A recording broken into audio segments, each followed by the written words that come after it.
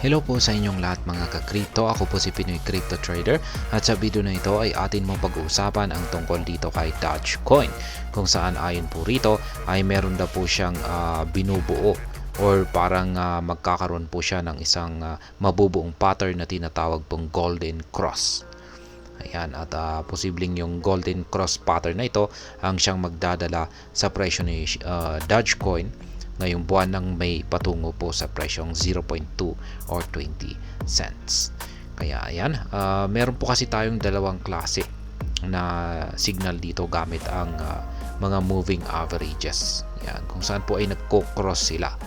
Ngayon kung pag may dalawang moving average ang nag-cross at nabuo po ang isang golden cross pattern, ay ibig pong sabihin ay isa po itong bullish signal na paangat or aakyat ang presyo.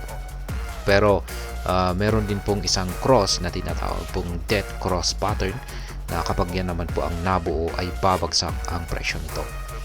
Kaya yan, bago po tayo magpatuloy ay nais ko lamang po munang bigyang linaw ang aking disclaimer kung saan ang nilalaman po ng video na ito ay hindi po ito isang financial advice.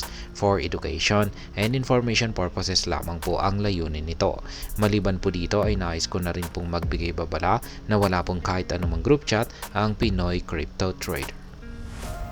At ayan, the Golden Cross, a bullish signal for Dogecoin. Ayan, meron po tayong isang chart dito na siyang nagpapaliwanag sa mabubuong Golden Cross pattern ni Dogecoin. Kaya ayan, yung kulay puti po na ito na linya, ayan, dito sa ating line chart na yan, ayan po ang 200 week SMA. Yung kulay yellow naman ay ito naman po yung 50 week SMA. Ayan. Kaya kung pag nagko-cross po yung dalawang moving average na ito, ay dito po na-form yung golden cross pattern or death cross pattern. At meron po tayong isang halimbawa rito nitong mga nakalipas na price action or historical performance nitong si Dogecoin. Particular po noong mga taong 2021 po ito. Yan, kung saan ay nagkaroon po siya rito ng nagkaroon po siya ng golden cross pattern dito. At ayan nga, nung nag-cross siya ay biglang nakaranas po ng mabilisang pag-angat sa presyo itong si Dogecoin. Kaya yan, umangat po siya ng umangat. At ngayon sa kasalukuyan ay yung yung kulay yellow po rito na 50 week SMA ay nasa ilalim ng 200 week SMA.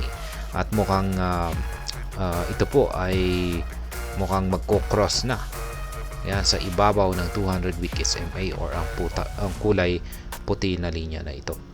Ayan, pag nag-cross po yan ay yan, mabubuo na po ang golden cross pattern at posibleng makaranas po siya ng ganitong pag-angat sa presyo katulad ng nangyari dito sa taong 2021.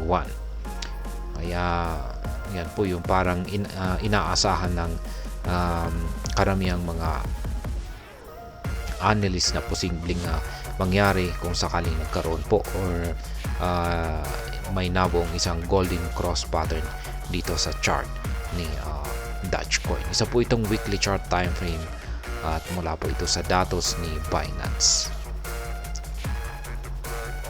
Ayan, can Doge really reach 20 cents or 0.2 in May?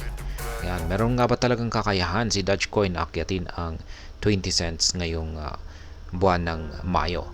With the golden cross on the horizon and the overall bullish sentiment in the cryptocurrency market, many investors are wondering if Dogecoin can reach the 0.2 mark in May 2024. Kaya ayan, dahil daw po sa golden cross na posibleng mabuo dito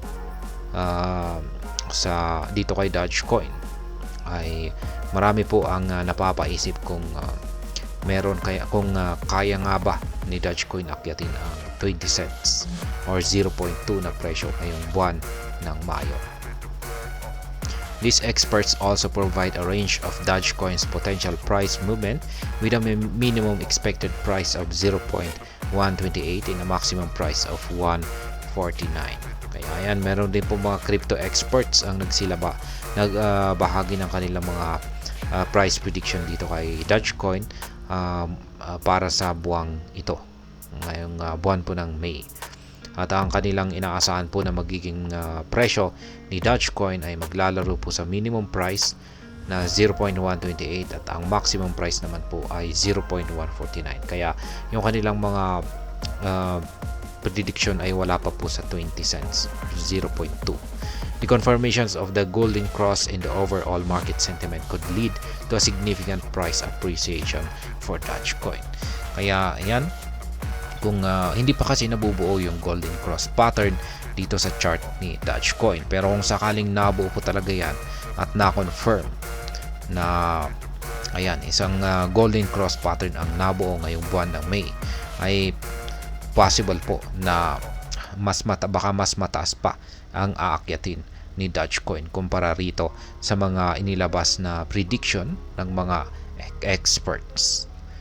Kaya ayan po ulit, si Dogecoin ay mukhang siya po ay bubuo ng isang golden cross pattern at posibleng ito ang siyang magdadala sa kanyang presyo patungo sa 0.2 or 20 cents ngayong buwan ng May. At hanggang dito na lamang po tayo sa video na ito, mga ka-crypto. Sana po ay inyong nagustuhan ang aking paliwanag sa video na ito. Kung inyo po itong nagustuhan ay pakiclick lamang po ang like button nito. Para naman po sa mga bago lamang dito, kayo po ay aking inaanyayahan para mag-subscribe. Pakiclick na rin po ang bell icon nito dahil ito po ang siya magsisilbing notification nito sa mga bago kong videos na akin pong ina-upload sa aking YouTube channel na ito. Marami pong salamat sa panonood. Ingat po tayo lagi at God bless po sa ating lahat.